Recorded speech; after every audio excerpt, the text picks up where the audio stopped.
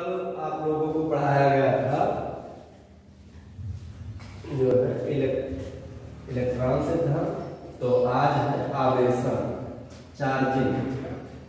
तो आज जो है आवेशन के बारे में बात करेंगे कि चार्जिंग क्या होता है। तो किसी भी वस्तु को कई तरीके से आवेशित किया जा सकता है, जिनमें से जो पहला है वह है घर्षण द्वारा आवेशन। घर्षण द्वारा आवेशन,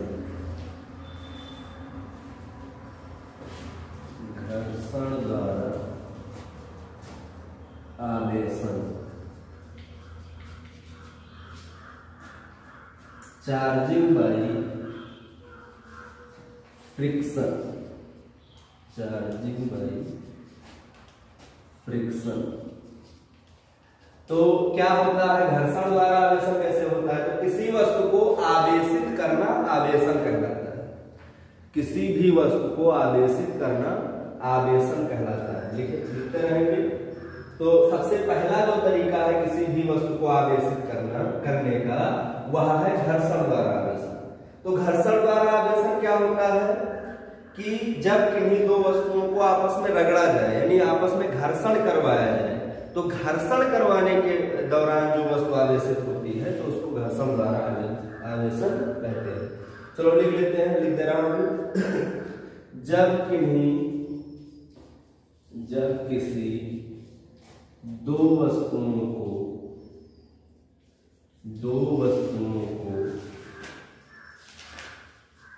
आपस में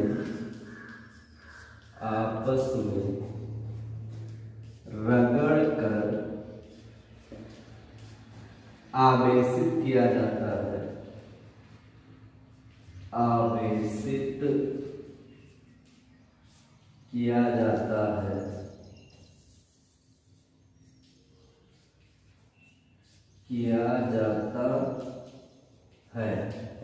तो उसे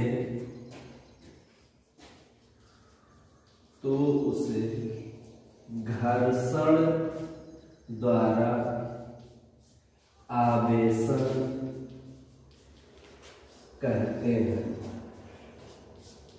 ठीक है, तो ये क्या हुआ कि घर्षण द्वारा आवेशन किसे कहते हैं? तो देखो, सबसे पहला हमको पढ़ना है आवेशन क्या होता है। तो किसी भी वस्तु को आवेशित करने की प्रक्रिया को आवेशन कहते हैं। और किसी भी वस्तु को आवेशित करने के कई तरीके हैं, जिनमें से जो पहला तरीका है वो घर्षण द्वारा है। मतलब घर्षण द्वारा किसी वस्तु को आवेशित किया जा सकता है, तो उसे कहते हैं घर्षण द्वारा आवेशन। किसे कहेंगे घर्षण द्वारा आवेशन? तो जब किसी दो वस्तुओं को आपस में रगड़ कर आवेशित किया जाता है तो उसे घर्षण द्वारा आवेशन कहते हैं। होता क्या है वास्तव में घर्षण द्वारा आवेशन में? तो घर्षण द्वारा आवेशन में वास्तव में क्या होता है कि जब दो वस्तुओं को आपस में रगड़ा जाता है तो एक वस्तु के परमाणु के संयोजी कोष का इलेक्ट्रॉन निकलकर दूसरे वस्तु के परमाणु के संयोजी कोष में चला जाता है, जिससे होता क्या है कि उनमें इलेक्ट्रॉनों और प्रोटॉनों की संख्या में अंतर आ जाता है, जिससे वह वस्तुएं आवेशित हो जाती है। लिख लीजिए इसको, उसके बाद हम बताते हैं। या फिर इस बात को भी लिख लीजिए कि वास्तव में क्या होता है कि वास्तव में जब इसको लिख लीजिए कि वास्तव में जब दो वस्तुओं को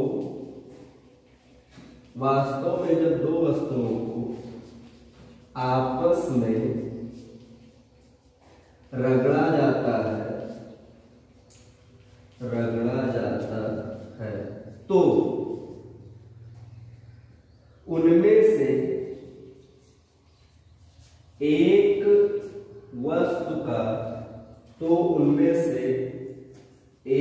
वस्तु के परमाणु के संयोजी कोष का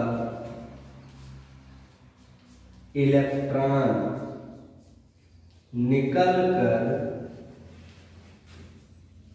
दूसरे वस्तु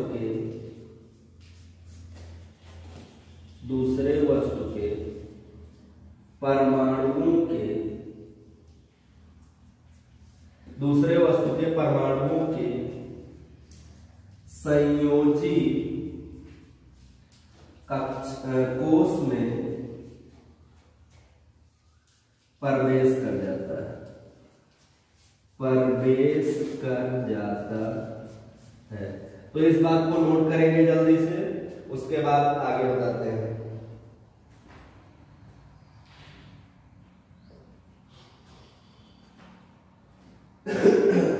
लिख गया होगा, ठीक है। तो हमने क्या जाना कि घर्षण द्वारा आवेश है, ठीक है। हटा दे इसको। अगला चीज हम जानेंगे आवेश का संरक्षण। ये जो हमने पढ़ा है ये घर्षण द्वारा आवेशन का स्पष्टीकरण था। अगला चीज हम पढ़ेंगे आवेश का संरक्षण। आवेश का संरक्षण। आवेश का संरक्षण, कंजर्वेशन ऑफ चार्ज। आवेश का संरक्षण क्या होता है? तो आवेश का संरक्षण का सिद्धांत क्या कहता है? आवेश के संरक्षण के सिद्धांत के नियमानुसार क्या बात कही गई है कि आवेश ना तो उत्पन्न किया जा सकता है और ना ही नष्ट किया जा सकता है, केवल एक वस्तु से दूसरे वस्तु पर स्थानांतरित किया जा सकता है।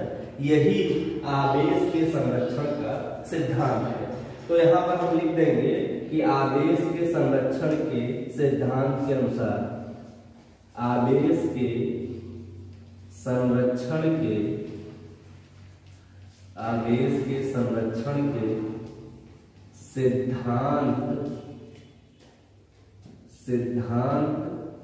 के अनुसार, आवेश के संरक्षण के सिद्धांत के अनुसार क्या बात कही गई है कि आवेश ना तो उत्पन्न किया जा सकता है और ना ही नष्ट किया जा सकता है, केवल एक वस्तु से दूसरे वस्तु पर स्थानांतरित किया जा सकता है। तो लिख देंगे कि आवेश ना तो उत्पन्न किया जा सकता है, आवेश ना तो उत्पन्न किया जा सकता है और ना ही नष्ट किया जा सकता है। आवेश ना तो उत्पन्न किया जा सकता है और ना ही नष्ट किया जा सकता है, केवल एक वस्तु से दूसरे वस्तु पर स्थानांतरित किया जा सकता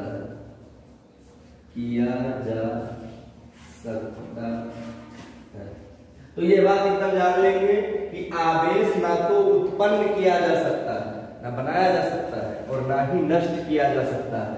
फिर कर क्या सकते हैं? एक वस्तु से दूसरे वस्तु पर हम आवेश को ट्रांसफर कर सकते हैं, स्थानांतरित कर सकते हैं। इसका मतलब क्या हुआ कि किसी सिस्टम का जो कुल आवेश है, किसी निकाय का जो कुल आवेश है, वह कुल आवेश नियत है, उसको घटाया बढ़ाया नहीं जा सकता।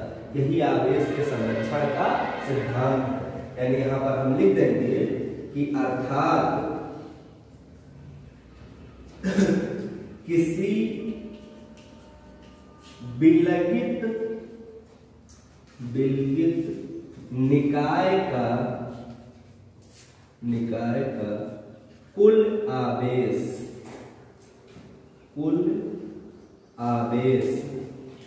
नियत रहता है। देखो कहने का मतलब यह है कि अगर कोई क्लोज्ड सिस्टम है, कोई बंद निकाय है, तो उस निकाय के भीतर जो कुल आवेश होगा वह नियत होगा, वह घटाया बढ़ाया नहीं जा सकता। लिख लीजिए इसको लिख लीजिए, फिर एक एग्जाम्पल के साथ बताते हैं। ठीक है, तो लिख गया होगा, समझिए क्या कह रहा हूं।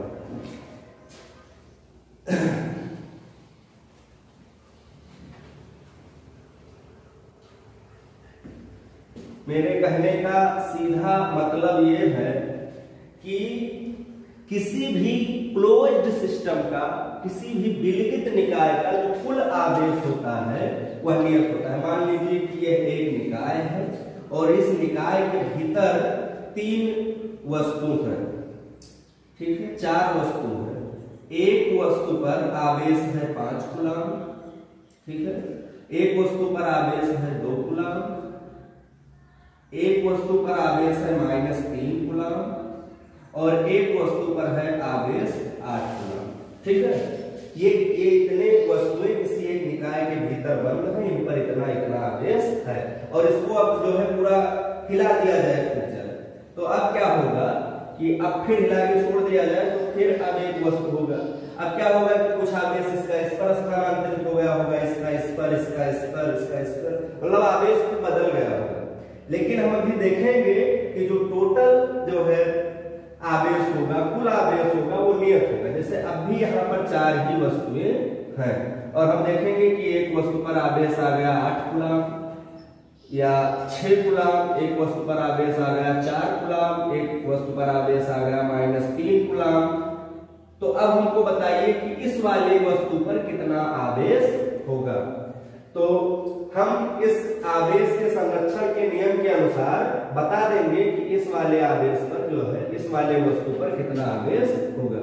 तो पहले यहाँ पर जोड़ लीजिए कि इस वस्तु पर कुल कितना आवेश है। तो यहाँ पे देखेंगे तो +5, उसके बाद देखेंगे तो +2, उसके बाद देखेंगे तो +8 और उसके बाद -3, ठीक है। तो कुल आवेश कितना होगा, 5 और 2 7 और 7 8 15, 15 में से 3 घटा देंगे, कितना बचेगा 12। यानी इस पूरे निकाय में कुल आवेश कितना है, 12 है। यह आवेश के संरक्षण का नियम कहता है कि जितना आवेश टोटल इस पर है उतना ही आवेश टोटल इस पर होगा, यानी कुल मिला के 12 आना चाहिए। तो मैं मानूंगा कि इस वाले वस्तु पर आवेश कितना है, ये अक्सर है। तो जोड़ लीजिए, तो इस पर हो जाएगा +6, इस पर हो जाएगा +4, इस पर हो जाएगा -3 और इस पर हो जाएगा +x और टोटल कितना आना चाहिए, 12 आना चाहिए। तो 6 और 4 कितना हो गया, 10 और 10 में से 3 घटा देंगे 7, तो 7 और प्लस हो गया x बराबर 12। तो x बराबर कितना हो जाएगा, इधर प्लस में है उधर जाएगा माइनस हो जाएगा, यानी x बराबर 12 - 7, कितना बच गया, x बराबर 5 कूलम। यानी कि यहाँ पर जो वस्तु है इस वस्तु पर 5 कूलम आवेश होगा। यही आवेश के संरक्षण के नियम के अनुसार कहता है। अब यहाँ पे 5 कूलम रख दीजिए, फिर जोड़ दीजिए, 12 ही आना चाहिए।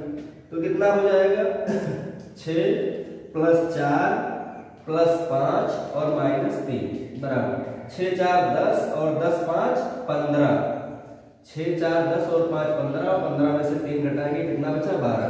तो ये देखिए आवेश के संरक्षण के नियम के अनुसार इस पर जितना आवेश था उतना ही आवेश इस पर है। यही आवेश के संरक्षण का नियम है। आवेश के संरक्षण का नियम एक बार फिर से क्या कहता है कि किसी विलगित निकाय का कुल आवेश नियत रहता है, उसे घटाया बढ़ाया नहीं जा सकता, केवल एक वस्तु से दूसरे वस्तु पर स्थानांतरित किया जा सकता है। लिख लीजिए इसको।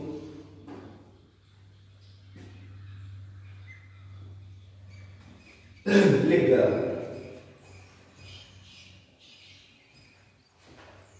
अब अगला चीज हम जानेंगे मूल आवेश। मूल आवेश, एलिमेंट्री चार्ज।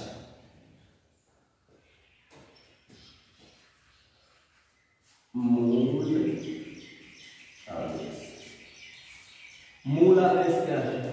मूल आवेश क्या है? वह छोटे से छोटा आवेश जिसको विभाजित नहीं किया जा सकता, छोटे छोटे और आवेशों में विभाजित नहीं किया जा सकता। मतलब the smallest charge of the universe, पूरे ब्रह्मांड का जो सबसे छोटा आवेश होता है उस आवेश को मूल आवेश कहते हैं। यानी यहां पर अगर एक शब्द में कहना चाहें तो मूल आवेश का एक नाम और हो जाएगा, वो हो जाएगा सूक्ष्मतम आवेश।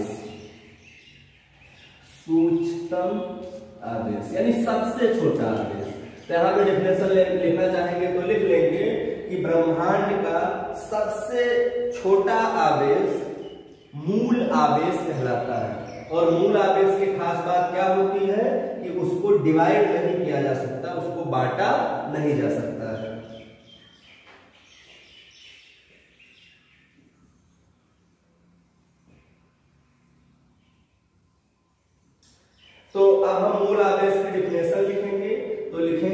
मूल आवेश का डेफिनेशन क्या लिख देंगे, क्योंकि ये सबसे छोटा आवेश है तो हम लिखेंगे वह छोटे से छोटा आवेश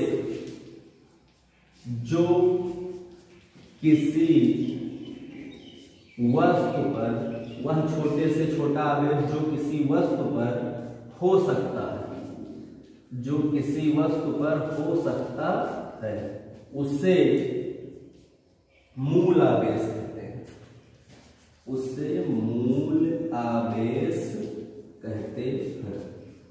समझ गए भाई? क्या है कि जो सबसे छोटा आवेश है, सबसे छोटा आवेश जो किसी वस्तु पर एग्जिस्ट कर सकता है, जो किसी वस्तु पर पाया जा सकता है, वह आवेश कहलाता है मूल आवेश। और इस मूल आवेश को स्मॉल ई से प्रदर्शित करते हैं तथा इसे स्मॉल ई से प्रदर्शित करते हैं। इसी को एलिमेंट्री चार्ज कहा जाता है। ये सबसे छोटा वैल्यू है, इसे स्मॉल ई से प्रदर्शित करते हैं। ठीक, तो ये सबसे छोटा से छोटा आवेश है। अगर इसके वैल्यू की बात करें कि इस स्मॉल ई का कितना मान होता है, तो इस स्मॉल ई का मान होता है 1.6 × 10⁻⁻⁻19 कूलम। तो ये इसको जो है लिख लेंगे।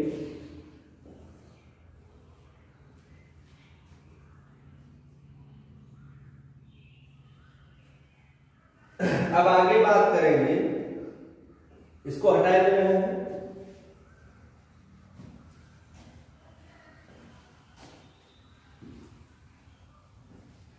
ये जो आवेश है, मूल आवेश, इस मूल आवेश को विभाजित नहीं किया जा सकता। ये इसका मेन गुण है।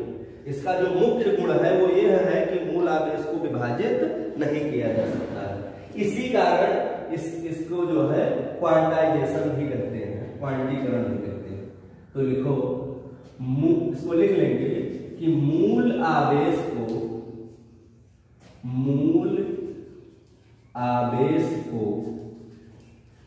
अनिश्चित रूप से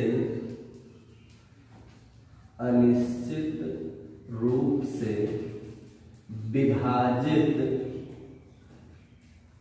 नहीं किया जा सकता, नहीं किया जा सकता है।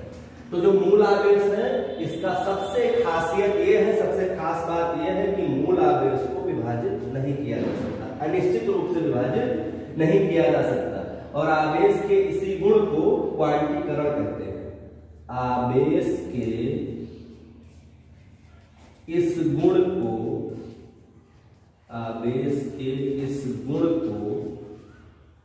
क्वांटीकरण कहते हैं, क्वांटीकरण कहते हैं। तो क्वांटीकरण क्या है? आवेश का वह गुण है क्वांटीकरण जिसके वजह से आवेश को अनिश्चित रूप से अनिश्चित अंकों में विभाजित नहीं किया जा सकता है। ठीक है, तो इसको लिख लेंगे। उसके बाद में जो है कुछ और बातें बताते हैं। हटा दिया जाए इसको। तो मूल आवेश इस अनिश्चित अंकों में विभाजित नहीं किया जा सकता। इसका मतलब क्या हुआ? इसका मतलब यह हुआ कि यह जो Q है, यह जो E हमारा है, इस E का मान या तो 1 होगा, या तो 2 होगा, या 3 या 4 या n होगा। मतलब यह जो E है, या तो ये 1 E होगा या 2 E होगा, मतलब 1 E होगा, या फिर 2 E होगा, या फिर 3 E होगा, या फिर 4 E होगा, या फिर n E होगा। ठीक है, जहां पर जो n हमारा है, जहां पर जो n है वह एक पूर्णांक है। जहां पर n क्या है? एक, और पूर्णांक भी कौन सा? धन पूर्णांक है। जहां पर जहां n जो है वह एक धन पूर्णांक है, धन पूर्णांक है। ठीक है, तो मतलब ये समझ लीजिए कि E को विभाजित का मान कभी भी E/4 जो है 2 नहीं हो सकता, E/3 नहीं हो सकता, ठीक है। मतलब इसको E को काटा नहीं जा सकता है, E का मान कभी भी दशमलव में नहीं होगा कि कहीं भी हो जाए कि जो है 1.5 की, ऐसा कुछ नहीं होगा। मतलब E को विभाजित नहीं किया जा सकता। E जो है वह एक धन पूर्णांक, मतलब या तो E का मान 1E होगा, 2E होगा, 3E होगा, 4E होगा, 5E होगा, ठीक है। मतलब किसी वस्तु पर जो एग्जिस्ट करने वाला चार्ज है, किसी वस्तु पर, इसको लिख लेंगे, किसी वस्तु पर जो कुल आवेश है, अगर हम लिखना चाहें तो हम ये कह सकते हैं कि इस प्रकार से किसी वस्तु पर जो कुल आवेश है, अतः किसी वस्तु पर कुल आवेश, किसी वस्तु पर अगर हम कुल आवेश की बात करें कि उस वस्तु पर कितना आवेश होगा टोटल, तो वह जो कुल आवेश है वह Ne होगा, Q बराबर Ne। अगर किसी वस्तु पर कुल आवेश Q हो तो Q बराबर क्या हो जाएगा, Ne। जहां पर N क्या है, तो N एक धन पूर्णांक है, एक धन पूर्णांक, जिसका जो मान होगा N का वो 1, 2, 3 ऐसे होगा, ठीक है। तो यह बात भी नोट कर लेंगे कि किसी वस्तु पर जो कुल आवेश होता है वो कितना होता है, तो वो Ne होता है। अगर हम इसके एग्जाम्पल की बात करें तो एग्जाम्पल की बात भी कर सकते हैं। तो एक फार्मूला हमें पता चल गया कि जो कोई वस्तु है तो उस वस्तु पर कुल कितना आवेश होगा, उस वस्तु पर कुल कितना आवेश होगा, तो जो कुल आवेश होगा वो ये फार्मूला रख लेंगे, Q बराबर Ne होगा, ठीक है। अब अगर हम एक क्वेश्चन की बात कर लेते हैं, छोटा सा क्वेश्चन, वो क्वेश्चन क्या है, इसी फार्मूले से सॉल्व होगा। तो एक क्वेश्चन में बोल रहा हूं कि एक वस्तु पर एक वस्तु से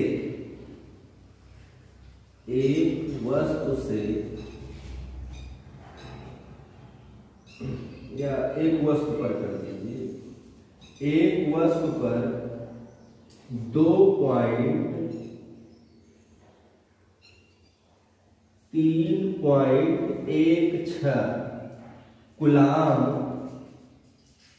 आवेश है, और वो भी कौन सा आवेश है, धन।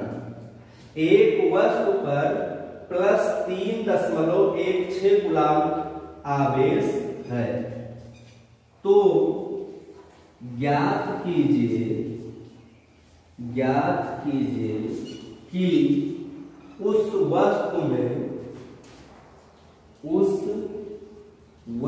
में कितने इलेक्ट्रॉन की कमी अथवा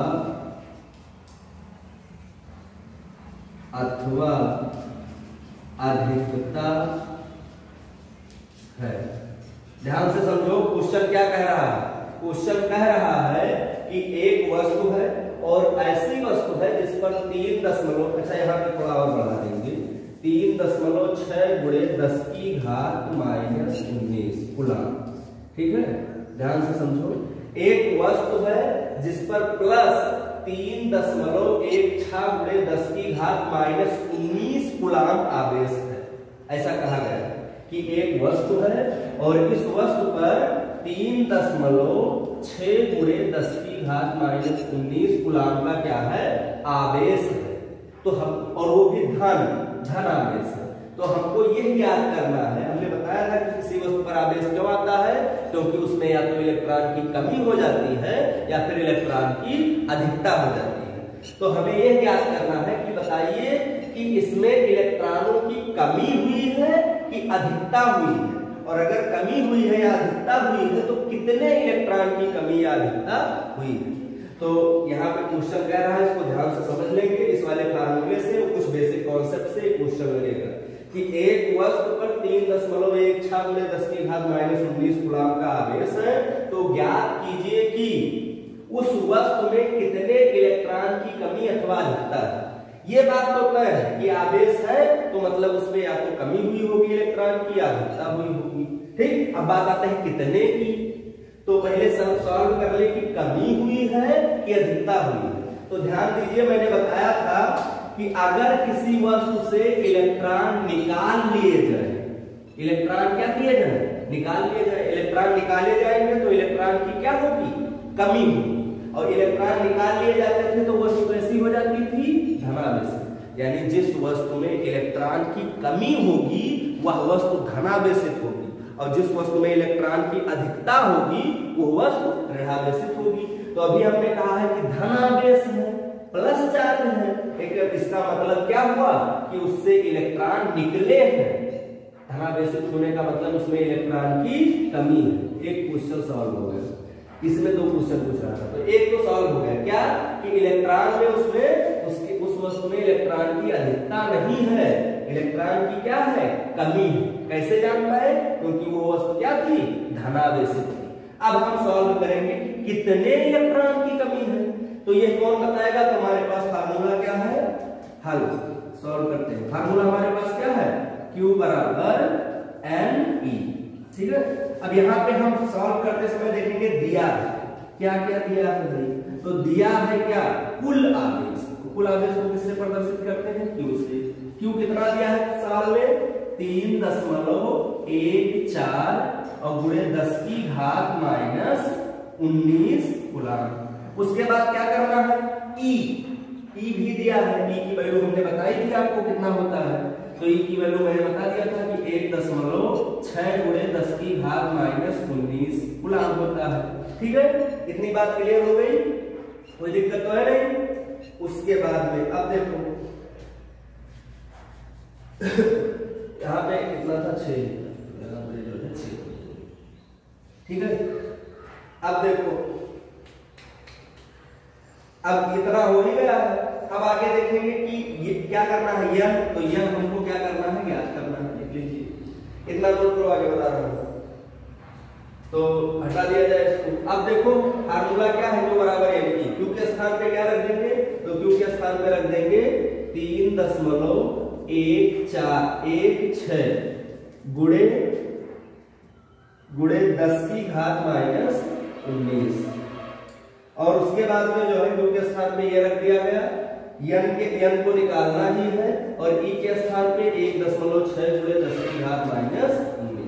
ठीक है, यन ज्ञात करना है, इसलिए इसको इधर खींच लाइए, तो क्या हो जाएगा 3.16 गुणे 10 की घात -19 और बटा 3.16 गुणे 10 की घात -19, ठीक, बराबर यन तो ज्ञात ही करना है। 10 की घात 19 से 10 की घात 19 कट गया, और ऊपर कितना था 3.16, ठीक है, और ये कितना होता है 1.6, ई की वैल्यू कितनी थी 1.6, ठीक। तो